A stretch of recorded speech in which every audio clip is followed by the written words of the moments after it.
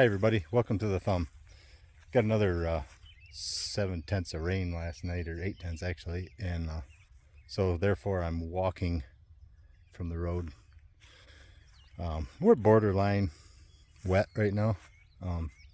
Like I wouldn't dare go out into my conventional tilled beans to spray them. I'd really like to get them sprayed.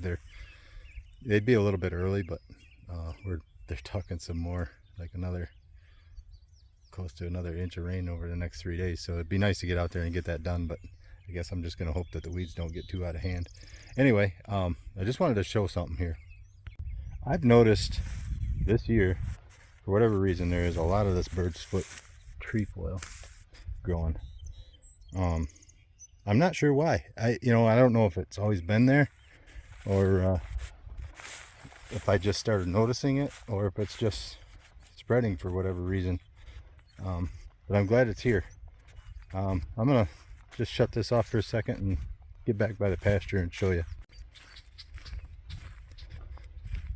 Yeah, the girls seem pretty content this morning. It was quite a storm came through, but it wasn't through the night. It was late afternoon, early evening. Well, I take that back. It was probably 6:30, 7 o'clock when it came through. So I guess that would just be plain evening. But yeah, this spot over here. This has been, I asked my father-in-law, he said he has never planted anything back here, and this used to be pasture when he had cattle. But you can look at all the yellow flowers through here, and there is a few, I don't know what they are, but there is a few things that are yellow that aren't bird's foot trefoil. But all along over there, yeah, it's growing, and it's growing wild. It's not, that was in the seed bank. And maybe 50 years ago, the former owner planted it back here, because I think this was all pasture at one time, and my father-in-law cleared most of this land and turned it into farmland. But yeah, it's kind of cool to see that. I've actually been thinking about seeding that in my quote-unquote hayfields, and just because they say it's good for the animals, and it's if I'm not mistaken, I think it's kind of a bloat-free legume, and then it's good for parasites and stuff like that. That's what I've been told, that it's kind of a good, just plain good for the cattle. Thinking about spraying these guys. Flies are pretty bad today, and it's been pretty damp weather. It's kind of perfect fly weather, really humid and hot, but they seem pretty content, I guess. But they don't like it when I spray them, but I don't like seeing the flies on them. But enough about the cattle, enough about the bird's foot trefoil. Let's talk about my farm around and find out plot here. These are doing quite well. They are showing signs of deficiencies. I don't think that yellowing is from the rain. I think that's from, you probably could use a little potassium. And I might actually, when I do I gotta spray these pretty soon, because, well, I gotta spray the other field more than I'm worried about this one, but because this is my farm around to find out plot, but I'm gonna spray it anyway. Yeah, I might put a little spoiler feed in with it, just because. But yeah, they're actually doing good. These are, I mean, they were planted a week before my other ones, but yeah, it's got that first trifoliate, which it's time to spray. And the other one, there is some of the first trifoliate out there, but it's not say prevalent. I mean, there's some that just popped up after we got some rain. So yeah, some of these weeds, this is a spot I skipped, and I didn't skip it. It's a control strip. Yeah, in this spot here, I just accidentally turned off the sprayer boom.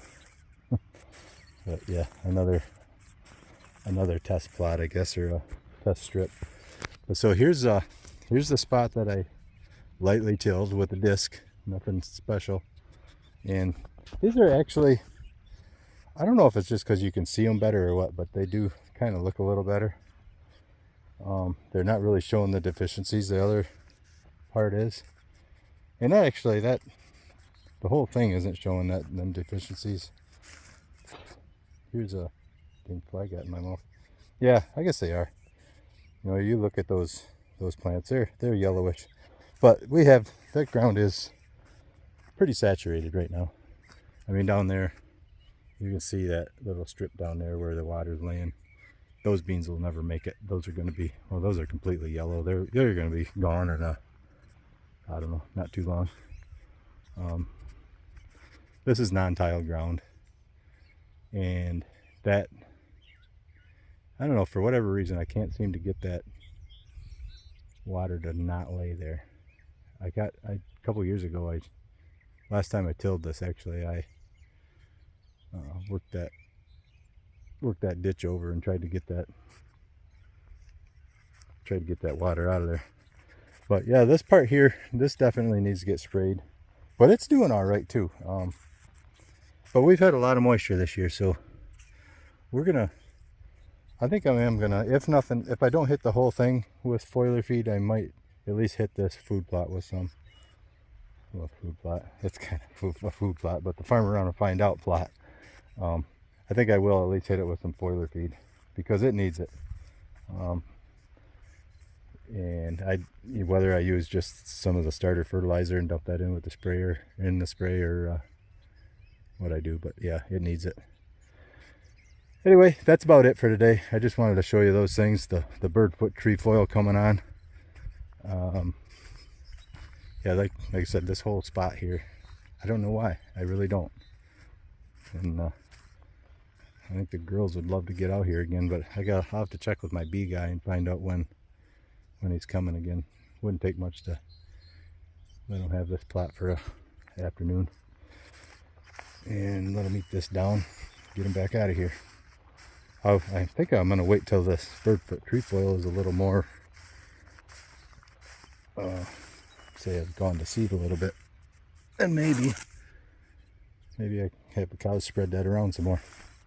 Anyway, I really appreciate you guys watching Thumb Country Stuff, and take her easy.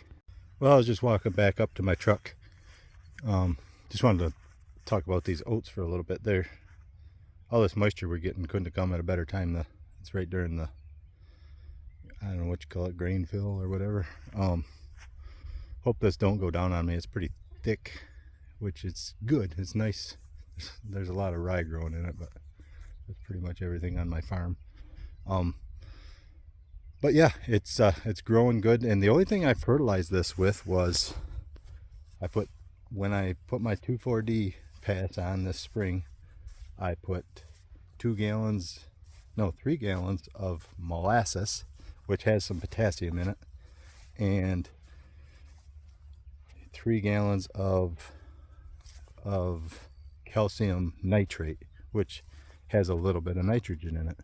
So this is what I got. Other than that, I didn't put any fertilizer on it. So yeah, it's just, to me, I think with doing that, it's just kind of waking up the stuff that's already in the ground. Or I did a test on this. It was a Haney test, I think it was. I think that's what it was called.